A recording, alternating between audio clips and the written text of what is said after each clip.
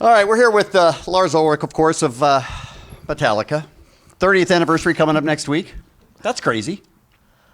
There's so many anniversaries. 30th anniversary of Kill 'Em All. Oh, yeah. Yeah. Who would have thought? 30 years ago, we were up in Rochester, New York, former home of Kodak, and well, it may still be the home of Kodak. And now we're sitting here, and we have a movie, and we're still somewhat functioning. And yeah, no, it's all good. Yeah. Now I've read a lot about Through the Never. I've seen the trailer. I don't have any idea what it is. And you know what? I've been dealing with this movie for 3 years. I don't have any idea what it is either. Try to explain it to me. Please. I've learned it. I've heard myself use the following word a lot today: ambiguous. Ambiguous. There's a big word. So, I guess on a serious note, if you look at Hetfield's lyrics and all that stuff over the years, I mean, if there's anything that we advocate in Metallica, and believe me, it's not much, but if there's anything we advocate, then it is that you sort of figure it out for yourself. So instead of me sitting here and carving it out in stone or having the trailer or any of this stuff sort of explained, we like to be a little more abstract and a little more loose around the edges, I guess. If you wanted to, could you explain it to me? Well, yeah, okay. It's the story of a guy named Trip, and Trip is played by the wonderful Dane DeHaan, and Trip is what we in our world would call a runner, and he works at the Metallica gig at the local Enormo Dome, and he is sent on an errand to go out and retrieve something for the band. And then his evening goes sort of horribly wrong, and so it's kind of it's his story, and you follow him through his escapades, and then you sort of keep cutting back to the Metallica show that sort of unfolds in real time. So it's these two, I guess, parallel universes that unfold at the same time, and so Trip and his world, and then the Metallica gig. That's probably the easiest way to explain it. But it's not, this is not a kind of a movie that has a very, I was talking to a guy 2 days ago who was the first journalist that I've spoken to who has seen the movie. And he used the comparison to Fight Club, which was, as far as I'm concerned, a very positive one, because I love Fight Club, and that's a cool movie. Of course. But he said it had the same kind of ambiguity as Fight Club, where's it set, what's going on. It's this whole sort of unique, individual world, and our movie is not set in a particular city in a particular time. It's very sort of could be anywhere, and what unfolds is not really sort of described or carved out in stone. It's really more about Trip and about his kind of, I guess, his tenacity and his kind of, wanting to fulfill this errand. And there's a particular bag that has something in it that he holds on to for dear life. And I probably shouldn't say much more than that. Do we ever find out what that is? I believe that Dane DeHaan may be the only person on the planet who knows what's in that bag. And he may take that to his grave. Would you say it's easier to make something ambiguous or more difficult to make something that's that open Kevin's to it? curious because his sexuality is in fact ambiguous. So he wants to make sure he nails that down. It's a great thing in interviews to say, I don't know. It's always where you go when you're just stuck for an answer. You know what? We spent a lot of time wading through Hollywood, meeting A-list directors and trying to find somebody who would undertake this journey. I figured out that when you go to Hollywood and you try to explain something to them that has no real point of reference, because the movie that we wanted to make had no, you sort of sit there and go, it's Saving Private Ryan meets Star Trek meets, Grown Ups 2 or something. Then people can sit there and go, we can put that together. Do you know what I mean? But if you sit there and go, we want to make a movie that is set in a concert setting. It has a dramatic narrative to it, and it is played out on this big stage that had all this shtick from Metallica's 30-year career. All these directors and all these Hollywood executives that I met with all looked at me like I came from some other planet. And so when I finally met Nimrod, who sort of just nodded along and said, I'm in. That sounds really fun. He kind of had a. Could you see that he got it right away? Well, he had a. What I like to say is that he has a kind of a madness in his eyes, and he just felt game and he was into it. I don't know if there was anything to really get other than he was kind of prepared to take the leap with us. Whatever it was going to sort be. of jump with us, and that's what we do a lot in our band. Is that we sort of embark on all these creative endeavors, but we don't really know. We may give the impression that we know what we're doing, but we rarely know what we're doing. But that's also the beauty of it, because we just jump and then we hope we land safe. But Nimrod went away for 3 months, created the character of Trip, created this whole story, and then we sat and read the script, and it was one of these like, should we read it this way? Should we read it? Wait, what's he actually saying? Perfect. But it was beautiful and crazy and full of energy and abstract kind of just action stuff. And Trip was somebody who we could really identify with, who was kind of a loner, a little bit of an outcast, but somebody who was still had a particular kind of belief in something and a mission and something. And we felt that he was sort of, if you're ever going to, I mean, the hardest thing to do is, define a Metallica fan.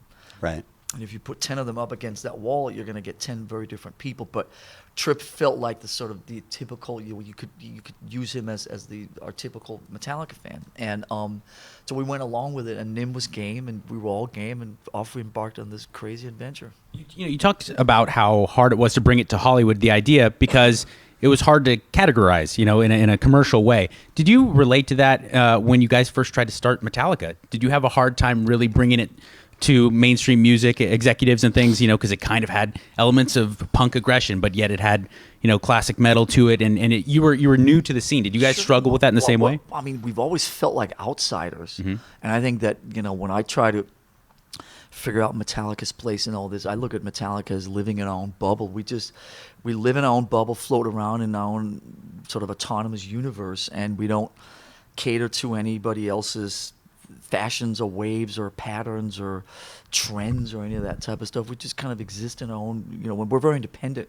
And fortunately, we're very grateful and appreciative of the fact that we're also sort of financially independent, so we don't have to kind of go and knock on doors and get, financial partners and all that type of stuff. So we can sort of embark on all these crazy things on our own.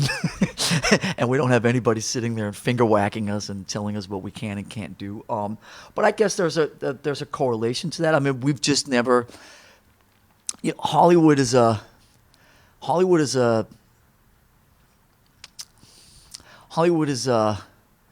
difficult place to kind of, I guess, crash it. Hollywood's very protective of itself. Yeah. And they don't sort of just let anybody in there. And I think, without being disrespectful, because there are lots of beautiful people in Hollywood. I have lots of friends in the film world. But Hollywood itself, sometimes I feel there's a little bit of a, sort of like, oh, you little musician, it's sort of like musicians are kind of second-rate citizens, it's sort of the perception is that we don't really know what we're doing because we're in music.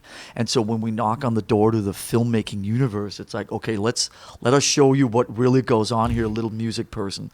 And we don't take to that well, of course, but we finally figured it. I mean, this has been a 3-year journey, and we've learned a lot. And the bottom line is that Metallica loves to throw itself out into these kind of, I guess, uncomfortable, kind of out of our safe zone, out of our comfort zone, and so we go and get inspired and kind of invigorated by all this craziness, and then we go back into our own little Metallica world and make another record and do our thing. And it's kind of great that we can go on all these crazy journeys. This movie's coming out late September. Is that right? The fourth week of September 27th. Yeah.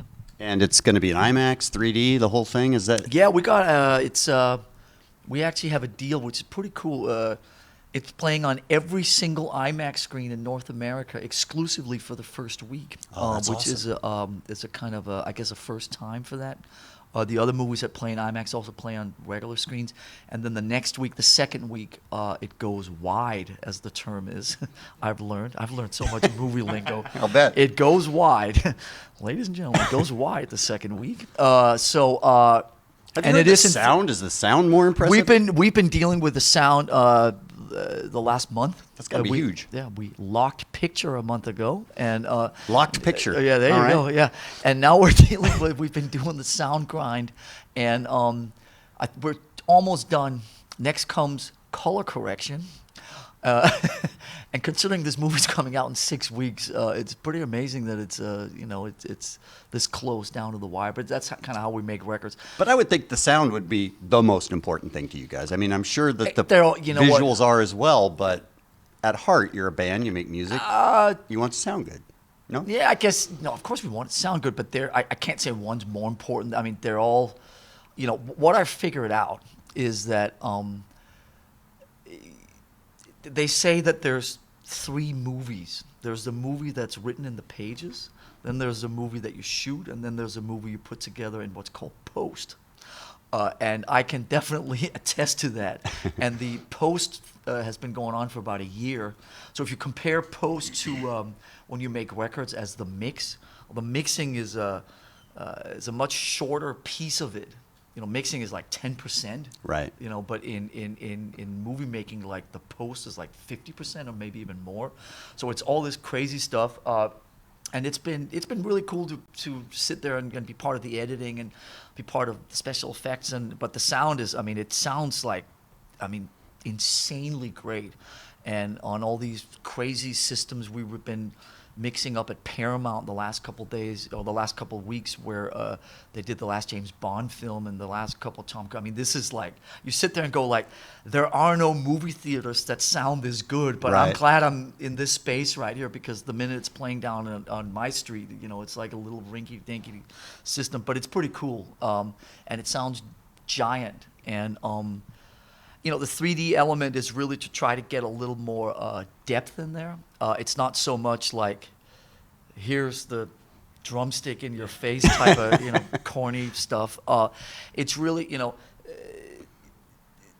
what we try to do. Most concert films have a tendency to be shot from the audience. Right. So you're kind of like shooting. This is what they do a lot in Hollywood. They do this. Okay. So, The 2 fingers. yeah, it's the 2 fingers. Yeah, I thought it was a lot of this, but it's actually this. They do this.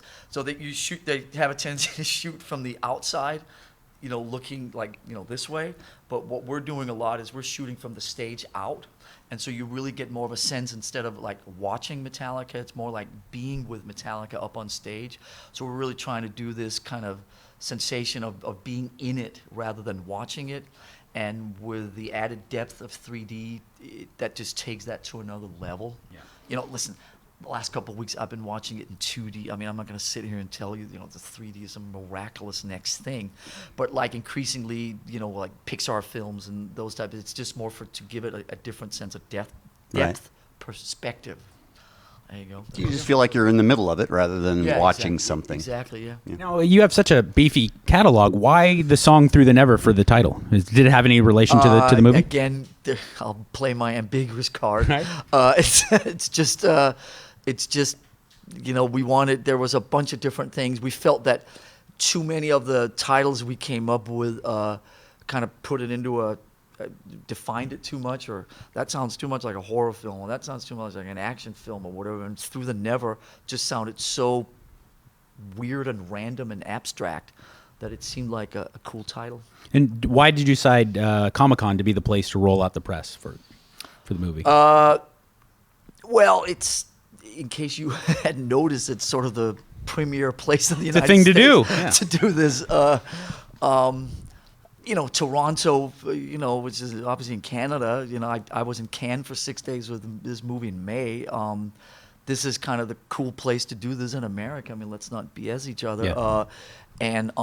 But there's also here. This is really, what I've taken away from this is that people here are real fans. It's real people that are really passionate about this, and ultimately we identify a lot with, I'm a film geek, and we're all kind of loners and somewhat outsiders, and I just think we relate to the sort of the bigger picture of what this experience means to people in terms of finding strength in numbers and realizing that there are many more people out there like yourself, and that gives you a sense of belonging to something. And then but this is obviously the primary place to roll this type of thing out. So we're psyched to be here, but we're also psyched that it's been such a warm. It's been really cool today. People have been really friendly and embracive, and it's not a bunch of like 60-year-old music critics sitting around belittling you and smoking cigarettes without filters and stuff. It's people that actually really care about what you're doing. Yeah, we were commenting on the way in that the enthusiasm here is palpable. You can just feel it. People are here to have a good time, not to act too cool for school. Absolutely. I saw Morgan Spurlock did a film a couple years ago about Comic-Con, and you really just he nailed it, and you really just get a sense of this is real people. Yeah. These are the real people that ultimately you speak to. This is not about glamour and glitz and all this type of stuff. These are all the real folks out there that are the the sort of the receiving end of whatever it is you do. Lars, good luck. This sounds like a great thing. I can't wait to see it. Yeah, we'll be rolling through LA right when this thing is unleashed on the world. So hopefully we'll see you again. Dude, thanks, man. Really appreciate it. Thank you.